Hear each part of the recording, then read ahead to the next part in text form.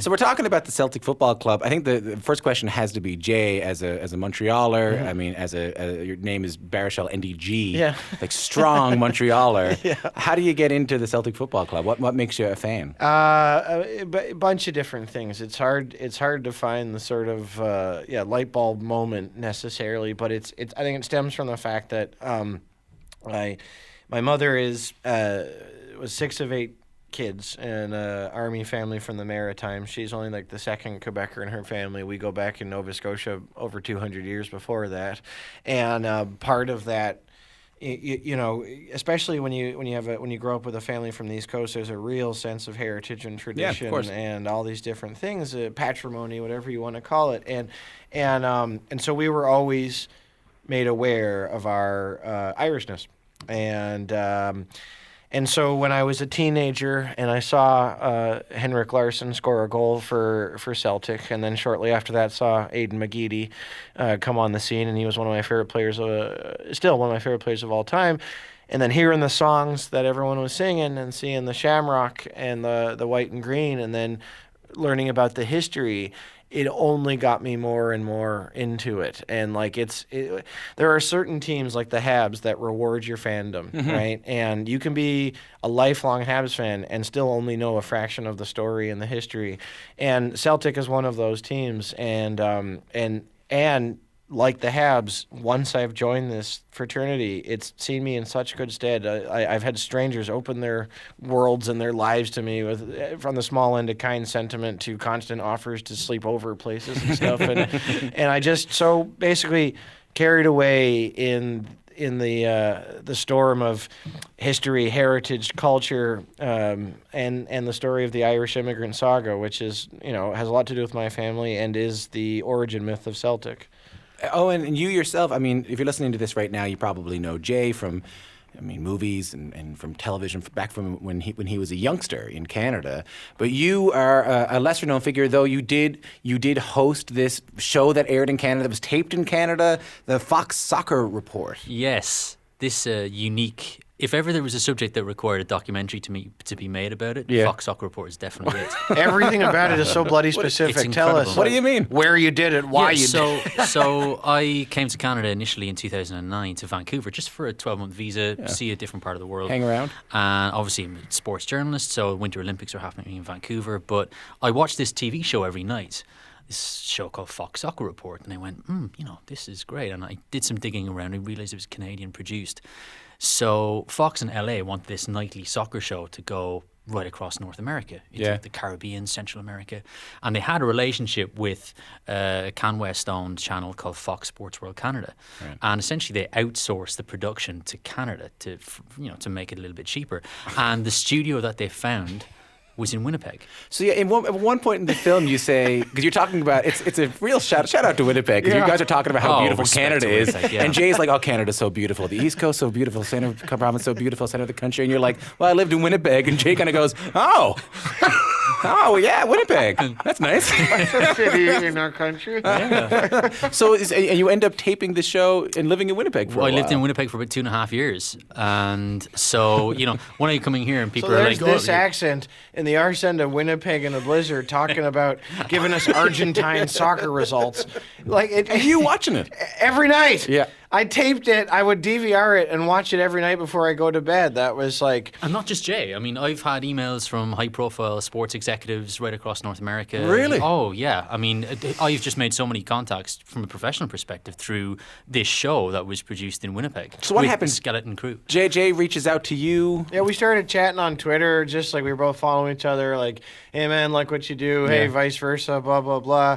Well, and the truth behind that is, you know, when I'm at home in Dublin and there's a message that pops up in my email and says, Jay Baruchel has followed you on Twitter, my reaction isn't as kind of like, hey, cool, yeah, Jay Baruchel's followed. I turned to right my wife and went, my fiance at the time went, babe, Jay Baruchel has just followed me on Twitter. Right. There's a little bit more excitement. Which one is that? Is he the one from the Mac commercials? She or knew whatever? exactly. Yeah. She's that adorable she guy. Didn't know who I was. Did you write the draft email and then delete it and then write it again? Listen, and then not delete it? It was preposterous, the entire process. It was every text message I'd go to send, it's like, Cripes, oh, Kate. that comes across as a bit too needy. It was like online dating. I mean, I'm trying to make us sound normal, Owen. I was trying to be like, we just chatted, and eventually, like, this could be a movie. Good luck with that. And you're all like fucking going through the nuances of our meet cute. Owen got a haircut. He got a new shirt just to send the Twitter message. There was pressure, man. Lindsay He's a big ironed his deal. shirt for Skype. Yeah. But the film, I should say, if you watch the film, it's not. You'll think it's about the Celtic football team and the football club, but it's not. In many ways, it's about the trip. Yeah. It's about the journey, right? It's about the journey and about sort of. So it's the reverse, the negative image journey that my ancestors and a lot of people's ancestors would have taken going from Canada across the Atlantic back to the UK. I think you mentioned in the film something interesting. You say that you're very, very interested in looking into family genealogy, which, if you don't mind me saying so, is rare for someone of your age. Okay. I mean, typically that's something that happens Yeah. when you're retired Yeah. And you know the kids have left the house That's and you very start looking true. into what your grandfather did. I can't help but think that there's a part of you looking into this that's also wanting to learn a little bit about yourself by learning about your ancestors. Completely. No, that's exactly it. You know, I don't know where that necessarily comes from. There's probably a bunch of different reasons, not the least of which is when you grow up in North America, part of the world made up of immigrants. Your family's story and saga is a means of identifying yourself against other kids in your school, right? Because everyone comes from somewhere. But also, so it was this cool combination of like I'm a big history nerd, so I can fall down the rabbit hole and research stuff, random stuff that gets me interested. This was like being a history nerd, but of people that I was directly related to, and we're not going to be in any of the big events. You know, my family, my grandmother literally grew up in a house with a dirt floor in Halifax, and she had done better than her family had done in generations. And so we are not at any great battles. You know, we weren't at the Battle of Hastings in 1066. But when I can sort of put together a sweeping epic saga of my family's story, the Downton Abbey or the Middlemarch of my family, it was this, it is definitely trying to find out who I am and where I come from and to sort of confirm instincts that I had, places that I found familiar and things that I found comforting that I didn't always know why. I could then find out where I was from and who did it. Oh, and that explains it. And that's, of course, Right. why that sounds normal to me. And, of course, we did this because we come from this. And so, yeah, it's all an effort to figure out who we are better, me specifically, for sure. And Owen, like you were Jay's guide through Ireland. Like Jay comes over, and I love when he meets your father, you know, and your father's that kind of very typical wonderful Irishman, you know,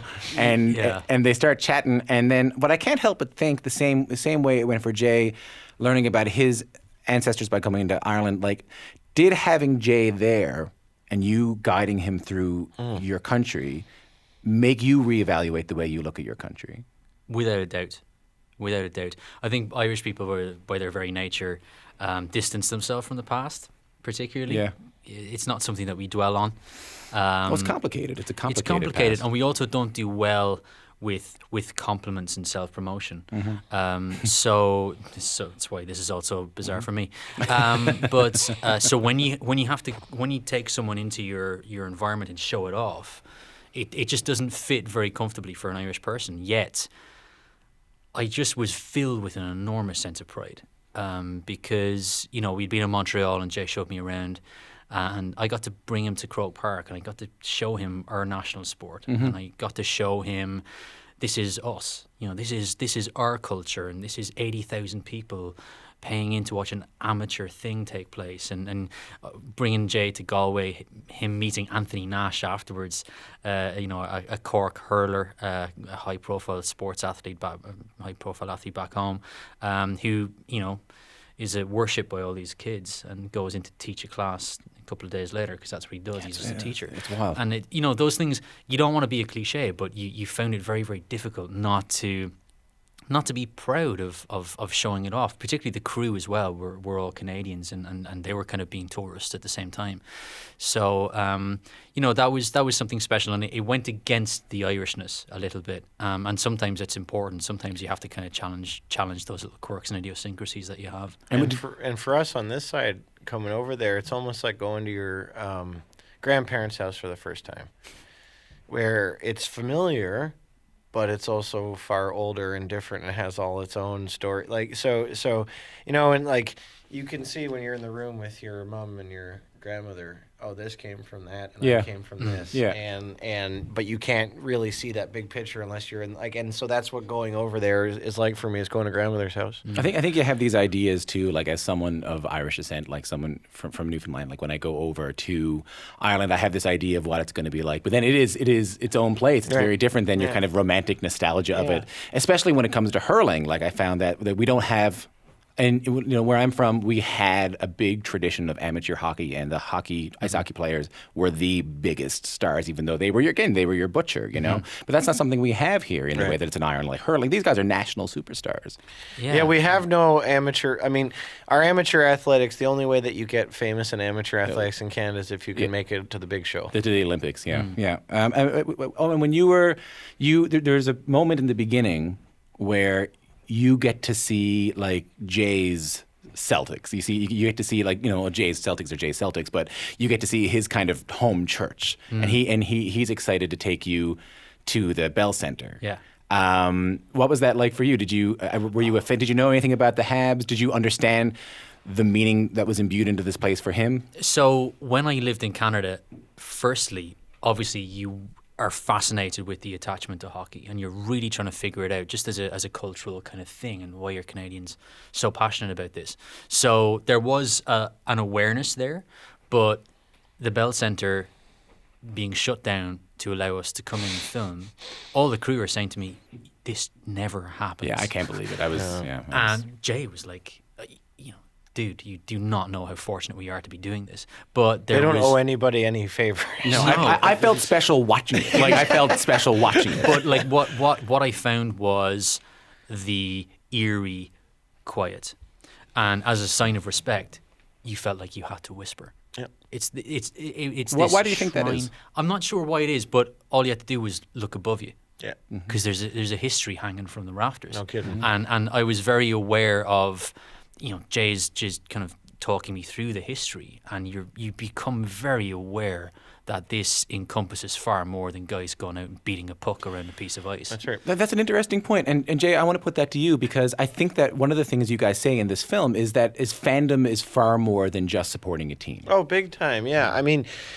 look, it can be that. It can be wallpaper and on in the background if you want it to be. But I think that like what we're talking about, true, sincere fandom, it's more than just how your team is doing, how your team fared last night. That's stuff for newspapers.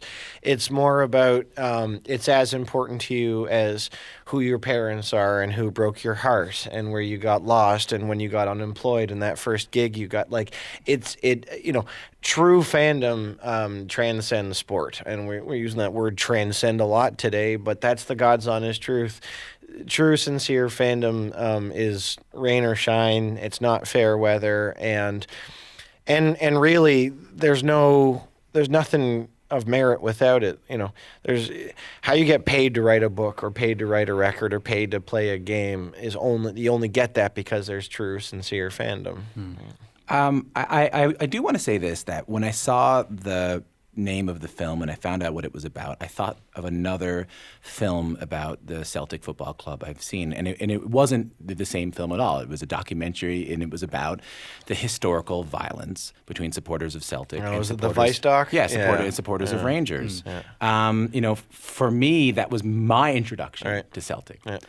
A lot of people's. Yeah, I think so as well. Yeah, because for the English, it's a bit of like fodder, tabloid fodder. But I wanted to ask about that. I mean, but I also, in doing my research about the club, it came up a lot, but it was something that you mentioned Rangers earlier and some of the Rangers songs, but that opposition between Celtic and Rangers was not something that you wanted to include? I mean, I should say, if you're listening to this, sectarianism. there's been sectarian violence. There's been sectarianism. There's been violence surrounding these two clubs. This wasn't something you guys wanted to have in there. No. Because, and for a few reasons, I don't want to put words in your mouth, but I also, a lot of the overwhelming sort of sentiment that we got when we were over there is that they don't want to talk about it either. Right.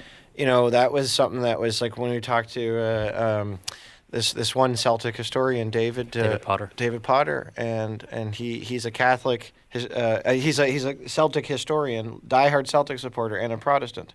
And every week he comes on the bus from his small village with his friends, and they have a rule on their bus when they go to see Celtic play. There's 2 words you're not allowed to say on our bus: Catholic or Protestant, because it's got nothing to do with football. Right.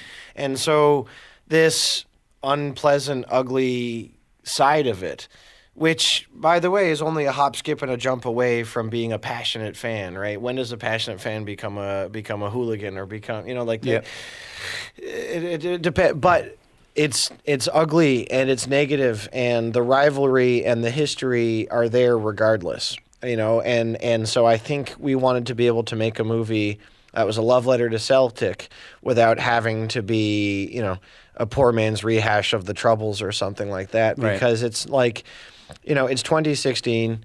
The other thing is, most of the songs, most of the sectarian violence at Celtic games it has nothing to do with Scotland. It's all about stuff happening in Ireland, and everyone in Ireland doesn't want to talk about that shit anyway. Right. Yeah, I think for me there's a couple of elements to this. First and foremost, for me, it's an irrelevant topic. I think that for generations before us, certainly generations before me, maybe it was important.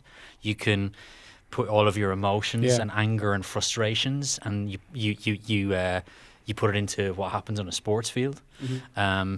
I think over a period of time it's been proven to be silly and a little bit ridiculous. And also it's been done so many times. You mentioned how, there's a Vice documentary and things like this, and there's been numerous academic theses being done about it. So many people have studied it. For us to go on a road trip movie delving into Jay's ancestry, and for maybe one sequence or one scene we talk about sectarianism, I don't think that was going to be pretty right either. So and it's not, you don't want to make a point of leaving anything out, but the entire thing is that if people want to delve into that, if people want to, there's plenty of stuff. There's so much stuff out there. And but I think to Jay's point, it is something that happens in English Canada an awful lot, and in the United States, is that to us these kind of battles between Celtic and Rangers are just sectarian battles in the Troubles in Ireland and in Northern Ireland. I mean, they seem to us like fiction in many ways. It becomes a mob war. It becomes like reading on your Sunday what happened over there. And also I think there's a lot of there's some of it is quite disingenuous. I think sectarianism is looked upon as something sexy, and so you look at the top 10 most famous rivalries in the world, all these kind of sexy tabloid-esque kind of programs. It's like almost glorification. It glorifies romanticizing it. And for a lot of people, it's an immensely sensitive topic. Yeah. And for a lot of people, that's mainly it's been done. What it was, we don't listen. Neither of us have enough skin in the game to make a movie about that. It's a topic that if you're going to do it, make that the topic. You can't pay a sort of passing homage to it, and it's not vital to his day-to-day life nor mine, so it would be fake to do it.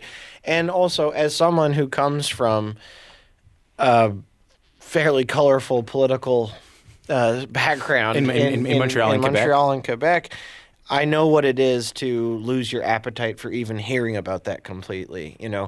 Since I've moved to Toronto, I have no interest in telling people my sort of politics as an Anglo-Montrealer. Mm-hmm. That's why I left. I was sick of having to define myself through that constantly, and so as interested as I might be in that side of Celtic Rangers, I also know out of respect, it's not my country and that's not my fight, so I should just sort of keep my nose out of it.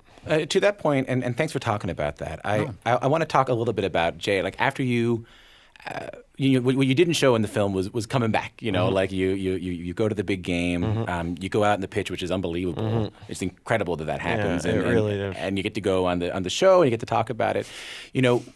When you got back to Canada, did it feel any different?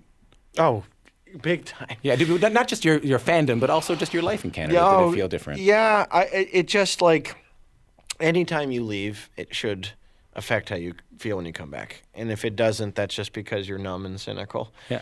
And not you specifically. No, I'm all right. I'm all right. One. I'm affected when I leave the room. Yeah. Hey, Canada, just chill a second. Listen, you got to stop. You are numb and cynical and glib. I meant to say something to you, Tom, when I walked in here. I mean, you went out of that You room. are history's greatest monster. No, Jimmy Carter. No, but Thank you very Malays much. forever. Oh, you got it. You All got right, it. my man. No, it sort of it's so like I said, when you go over there, it feels like you're going to your grandmother's house. Well, Scotland is Canada's grandmother.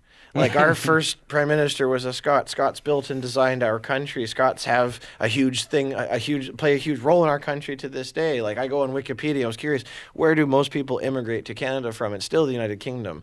And so I felt I was invigorated, and I came back with a stronger sense, a renewed sense of where we came from and where we can go, and also of how good we have it, and that as much as we do each other's heads in, for the most part, it's been more or less okay on the day-to-day here. And also, but what was most interesting was comparing, because I was also in Scotland right after their referendum, and what was very interesting was comparing the vibe on the street, growing up in Montreal, literally being in Montreal during the 95 referendum and being in Scotland a month after they voted, and having all of them tell me, oh, it was close, it was so close, 60-40, and I say, you think that's close? No. You know what's close? 50% plus 1. Mm-hmm. Okay, 60-40, I get that seems close to you, but that's not literally in the same house, bedroom to bedroom, neighbor to neighbor, completely diametrically opposed on a pretty important subject, right? It did inform my opinions on British politics. Not that I should have any to begin with. They should be forfeit considering I'm not a taxpayer. But I had what I thought were my opinions about Scotland and all this different stuff. And spending time over there, I'll just say it definitely changed it. It's, you think you know something from a newspaper, and then you go there and you see you think Celtic and Rangers is all the crying game, and then you get there and it's not. And you think so it's just one of these things. So to answer your original question from 45 minutes ago, yes, I was changed. And Owen, are you a Habs fan now? Oh, dyed in the wool. You joined on? I recently went to Old Navy and bought myself a Habs hoodie. Attaboy, Owen. Yeah. God I was like, bless ya. I owe it to Jay Baruchel. Well, we'll talk about the merits of Shea Weber versus PK Subban. Oh boy, as do I know soon as about the those. interview is over. Let's do that. I want to thank you both for coming in, and Thanks for having congratulations on the documentary. Cheers, bud. Thanks for having us. It's been a pleasure.